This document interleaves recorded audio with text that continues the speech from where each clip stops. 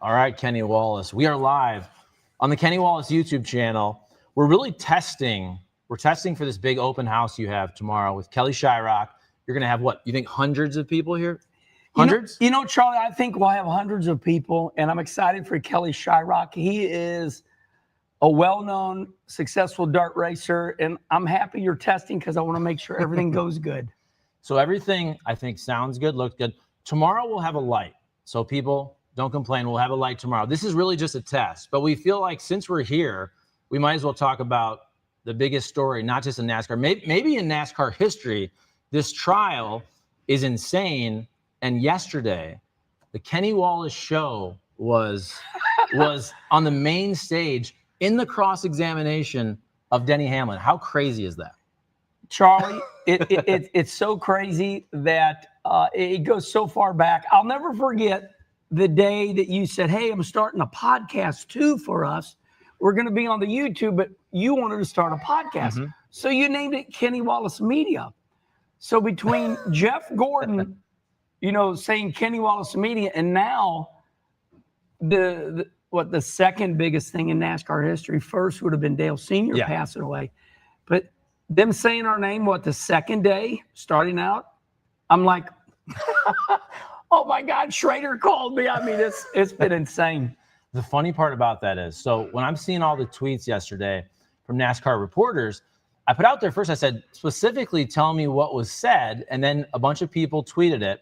So I went back and looked. So that Denny Hamlin conversation was, I believe, July 10th of 2024. So basically a year and a half ago. Yeah. It was a 90-minute conversation.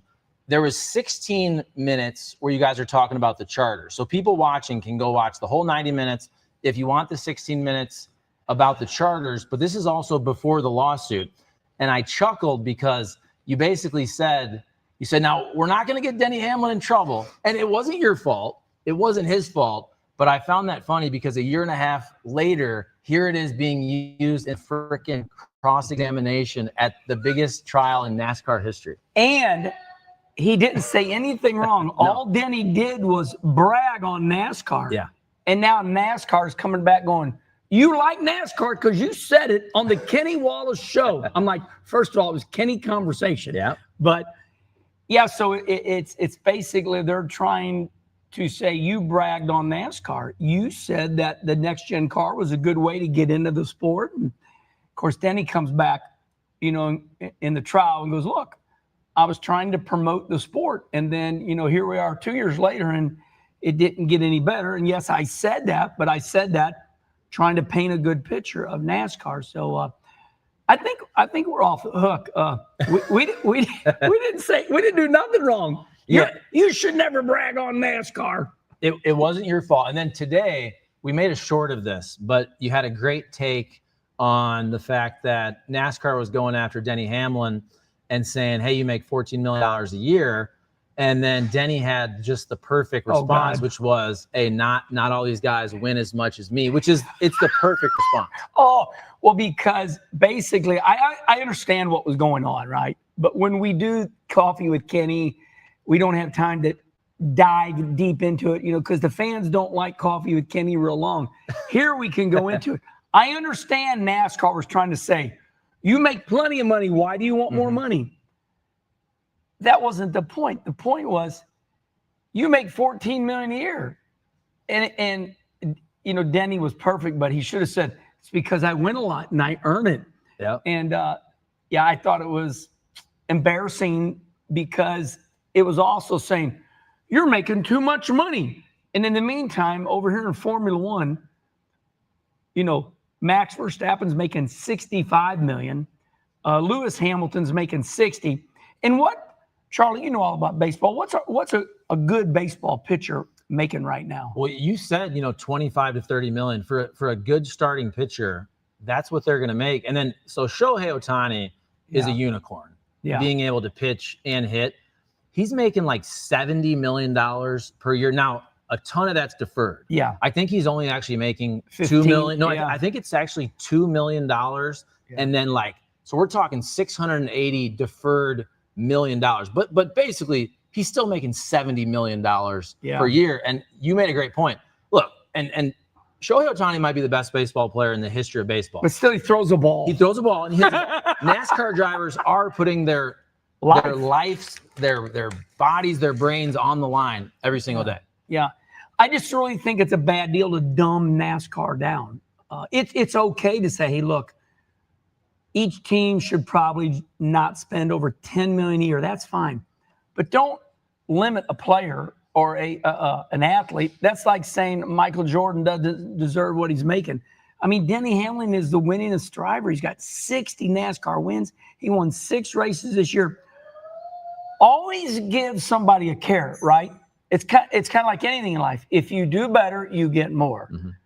I don't like it when people try to dumb down what sports is all about. And I want to get your take on the trial so far. To me, though, maybe the biggest thing that's happened before the trial, when it was last, I believe, Thursday or Friday, those leaked texts and messages.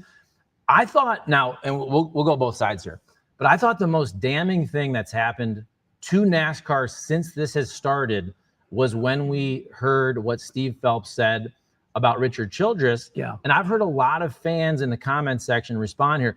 You know this. There are a lot of fans who have thought over the years that NASCAR, maybe some of the execs, the suits, look at them as rednecks and, hey, we left the South. We're going to the West Coast. We're going to the big cities. We're going to Chicago, which I think Chicago is a great race. But just big picture, like these fans thought that NASCAR looked at them as rednecks. Well, then when you see it actually released, that they think, I mean, what is Richard Childress? Is he 80 years old? He's been in the sport for 60 years. He was a driver. He was an owner. He owned Dale Earnhardt Sr.'s car. For them to talk about him like that, I think that's been the most damning thing that's come out against NASCAR in this whole deal. No doubt in my mind. You're exactly right. And it reminds me, listen, I'm a lot older than you, but I'm sure you remember as a kid, maybe. I don't even know if you were born, but in the early 80s, Major League Baseball, the players went on strike, and it took forever for us to get the fans back in the grandstands. The fans were so mad. They didn't come to the ballpark. That's what I'm worried about, Charlie. I'm worried about our fans not forgiving the NASCAR executives, because when you hear the executives go, Richard Childress is a redneck, he needs to be taken out back and flogged, which is unbelievable. I mean, I am a redneck, and I'll just say I'll beat your ass. But flogged means tortured and just beat the hell out of. I think of Jesus when I think of that. Yes, right? yes. That's what I think of. Yes. Is the passion of the Christ. Yes. That's what I Flogged means just obliterated, physically. So when you see the president at that time, Steve Phelps was the president at that time. And let me tell you one thing. If anybody's ever learned anything out of this, is that don't take no naked pictures of your wife. Because they're gonna find it. Anything you use on this damn cell phone or this computer that we're doing this off of, for all of us to think, man, ain't nobody gonna find this out.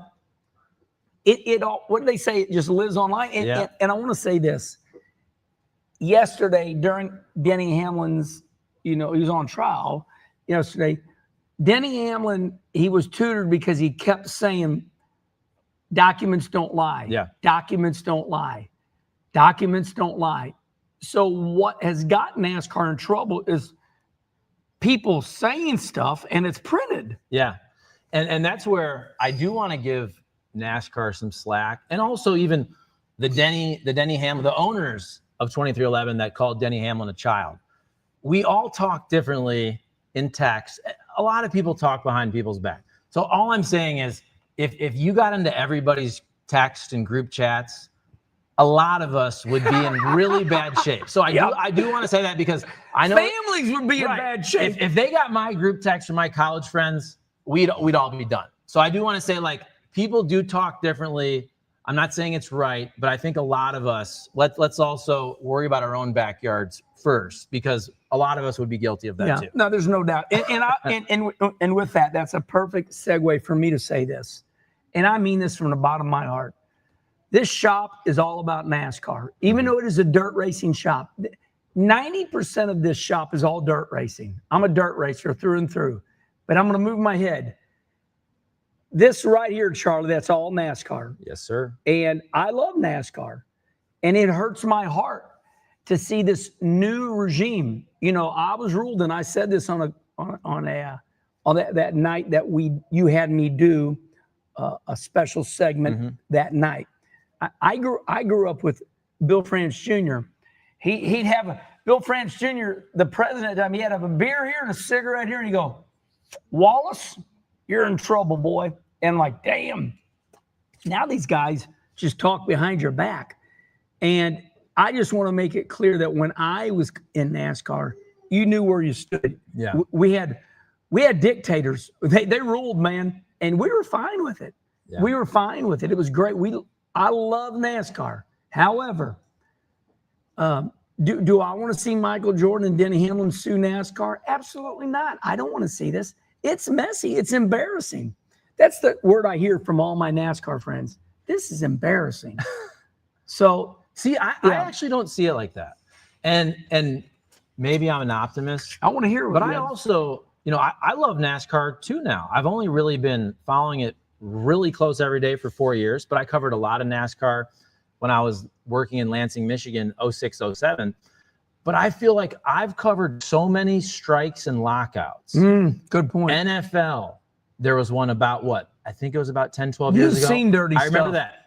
Baseball had just a year and a half ago, coming off COVID, right? They had a lockout. The NHL has had 2, I believe, in the last 15, 20 years. And then, of course, you brought up the baseball one. I think that was 80 or 81. But then, of course, the 94 one is the one I remember as a 12-year-old.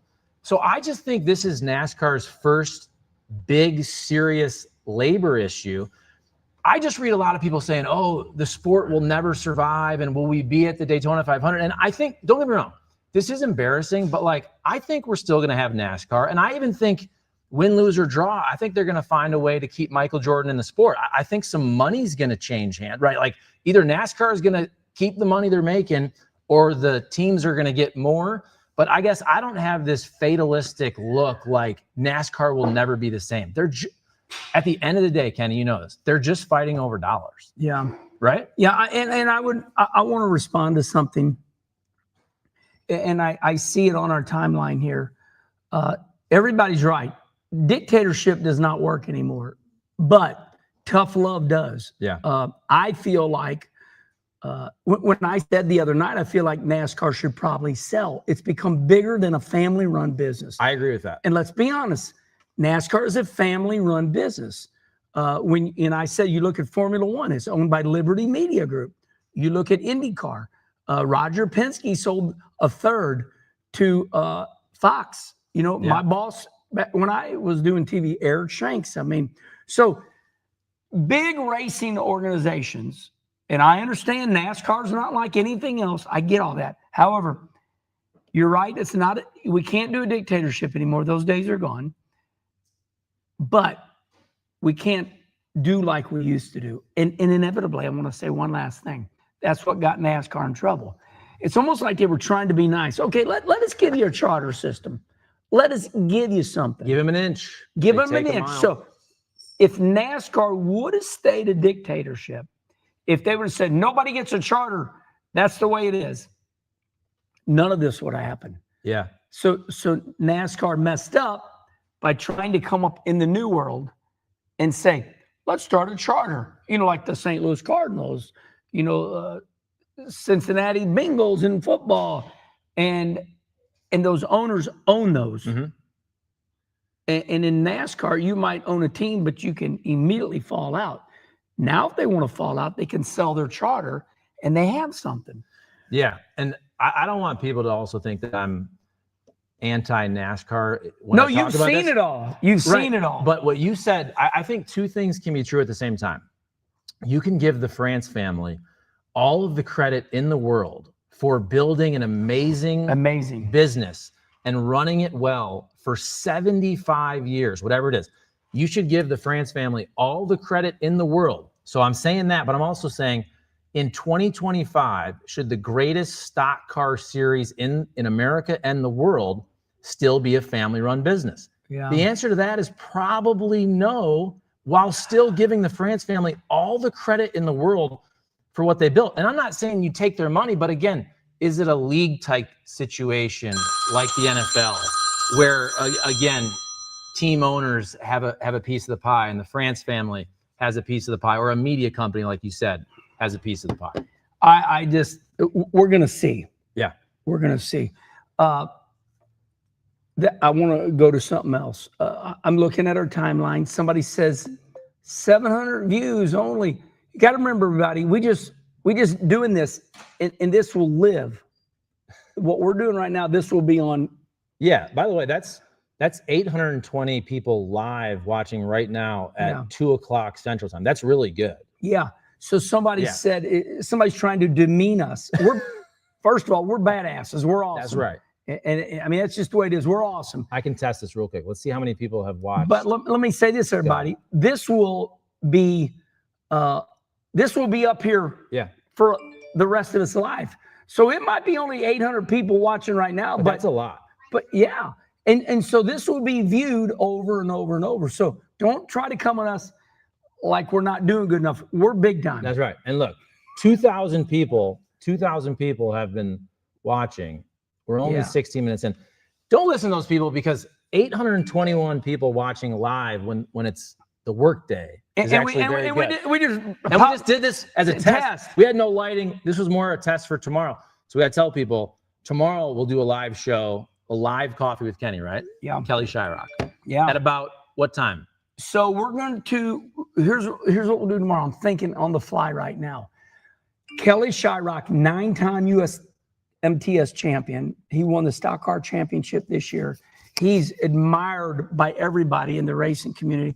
I told Kelly to be here around 9:30. Okay. So maybe we can get going 9:30, 10 o'clock. It's kind of like, it's like, what time do you get up? And I don't want the open house tomorrow to be work. Yeah. I want people to come here when they feel good. But we're going to go 9 to 1 tomorrow for the open house. What do we want to go 1 hour with Kelly? Sure. Yeah. And, but I thought let's end at 1 because the races start at 3 at the Dome. And I was being respectful. I want people to get out of here at 1, get on down to the Dome. And I want to thank you for doing this, Charlie. Because I asked Charlie, I said, Charlie, I need help. Can we do a coffee with Kenny? And so you're making it work. And this is a test. And this is the way it's going to look tomorrow, except there'll be hundreds of people back here. And we'll get some over lights. There. Look at David Alvarez giving us $5. David, thank you, buddy. Hey, that's about what I just got done paying for this at Mobile One. That's right. I paid like $4.70. I got done eating lunch like 11:30 because I had a lot to do. And I went to Mobile One, and it's like $4.70. Love it. Awesome.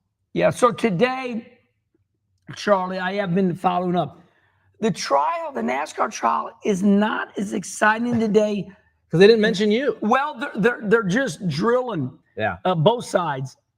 Jeffrey Kessler, who is Michael Jordan's attorney, they're drilling this Scott Prime. Yeah. I keep wanting to think Prime Video or something. I don't know what I'm thinking.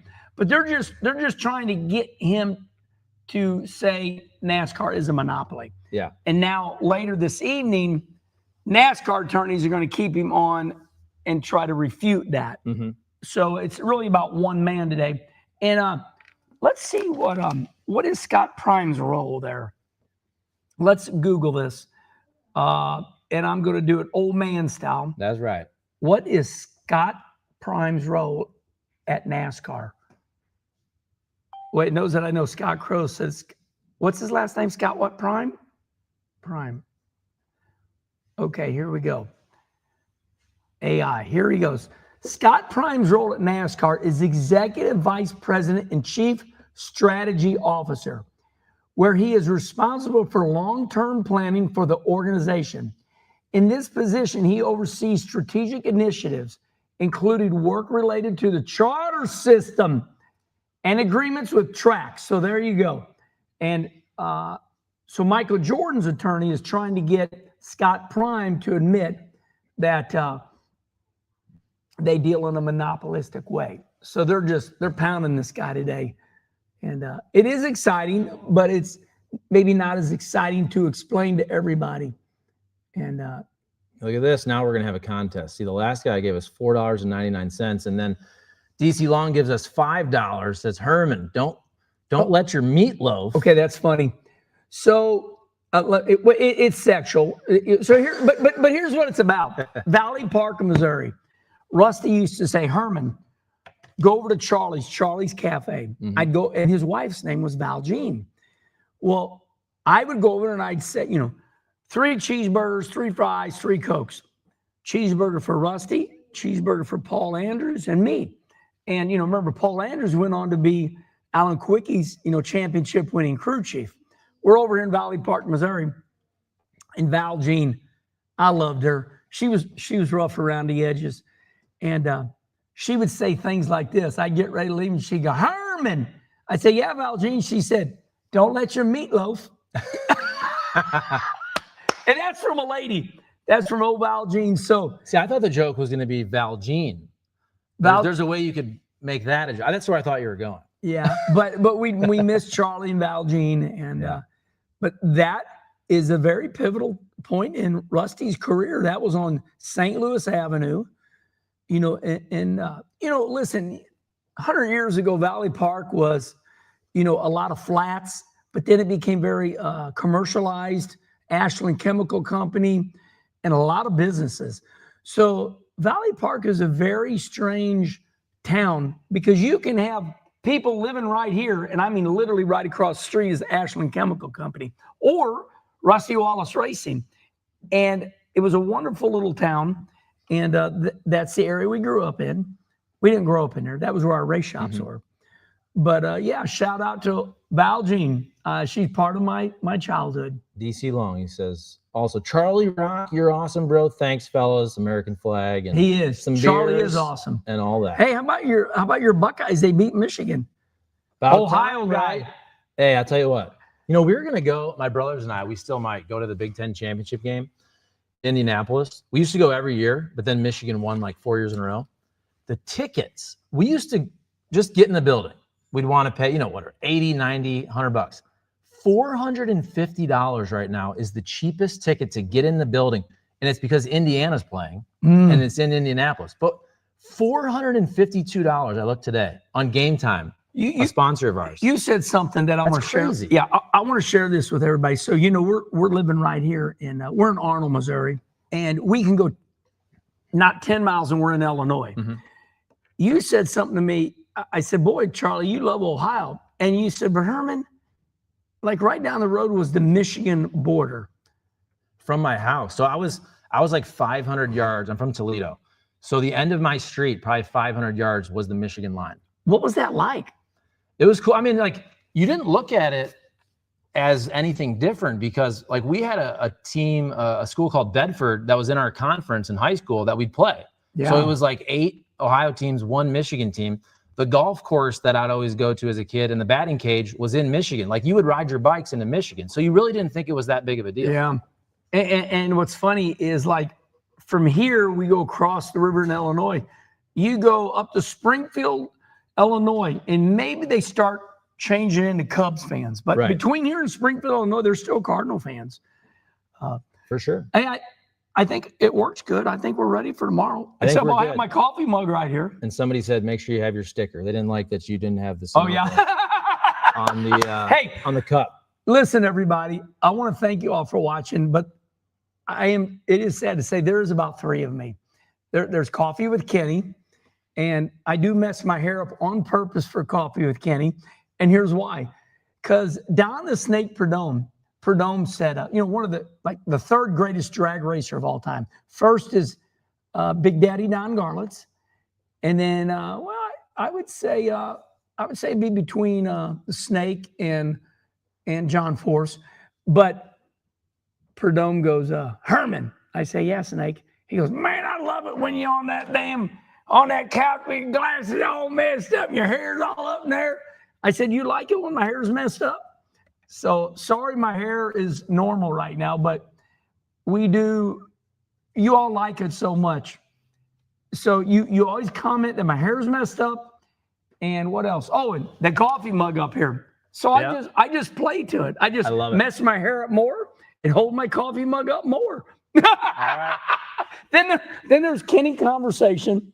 where I'm very serious, and that really messes people up. Why is Wallace so serious? Well, he's so serious. He's being brought up in court. Then there's the guy in the shop. So anyway, Schrader said to me, Herman, you say there's 3 of you. What are they? I said, Schrader, there is Kenny Wallace, like the guy. This is most likely the real me right here. That's right. And then I would say, that's equal to the husband, the father, the poppy. Yeah. And thank you, David, again. By the way. And I think there's the entertainer, and then there's the racer. When I go into the pits, that's an issue I do have, Charlie.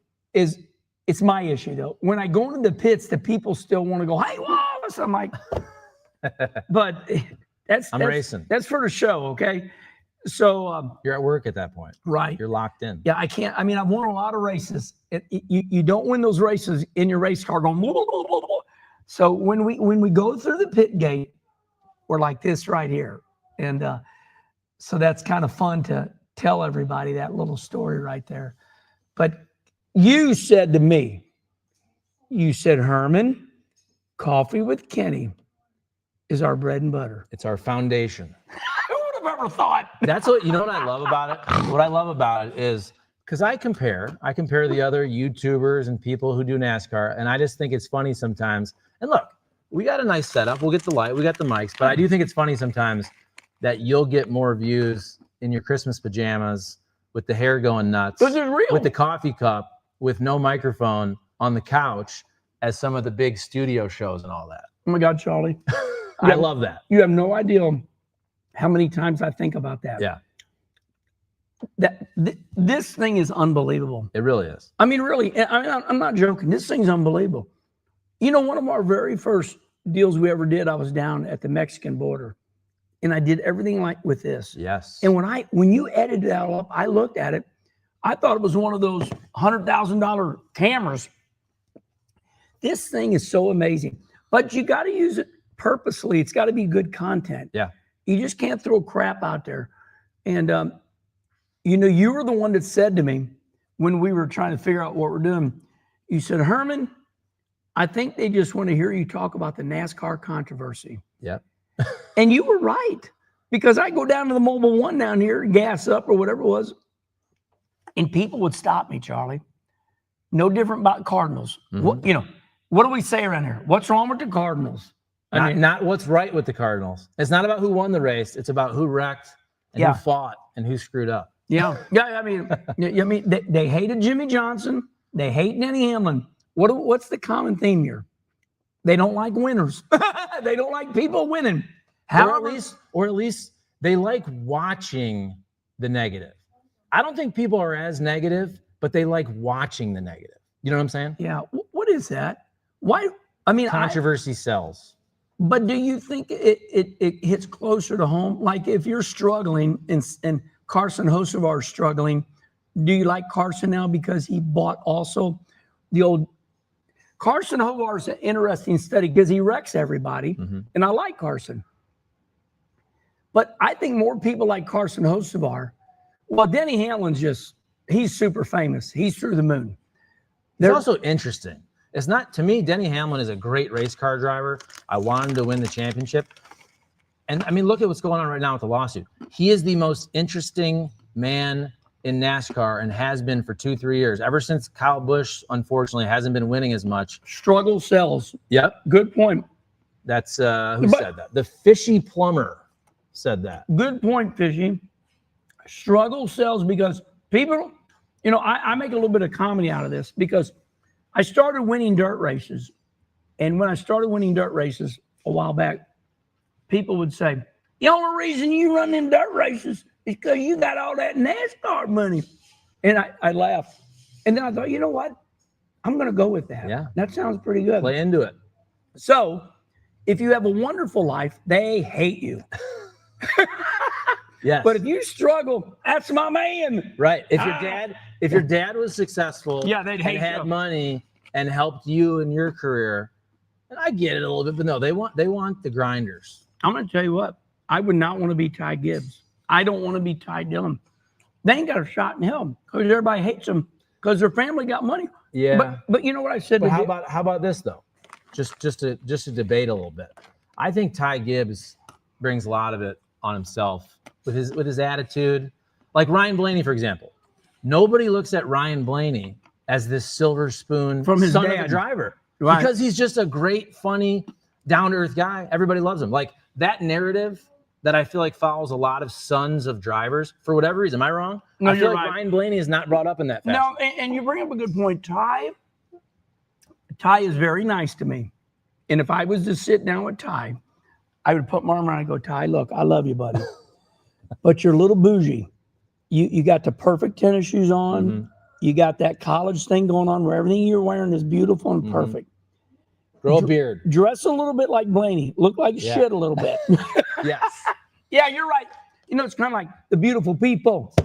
The beautiful people. Yes. I love it. All right, we good? We done? Do you like, hey, are we okay, guys? Will this be good for coffee with Kenny? Yes. We'll have a light. 31 minutes. Shout out to my son who's 4 and has been really well behaved and hasn't really talked. Hi, buddy. I love you. Charlie, You awesome. You did great, buddy. You'll get some snacks now. Brody, you going to have this place cleaned up for tomorrow? Yeah, I'm doing it right now. He worked. That's my son-in-law. That is a bad son of a bitch. Wave, Brody. There he is. Brody can do anything. People admire him. We're in awe. He can fabricate anything. He started shopkennywallace.com. Now my son's coming over. Look at this. I moved my head so we had the Jags. Look at that. You can see the Jags the whole video. All right, my son's going nuts now. Do you want to say hi real quick? Here we go. 4 years old. He's awesome. This is little Charlie. All right, Charlie. you've been good. You've been good. All right. We'll shut her down. Thanks for watching, everybody. Tomorrow, what? 9:30-ish I would live say, show. Okay, now let's stop. I would guess that you're going to have this right here, and I would think coffee with Kenny 9:30-ish. Okay. All right.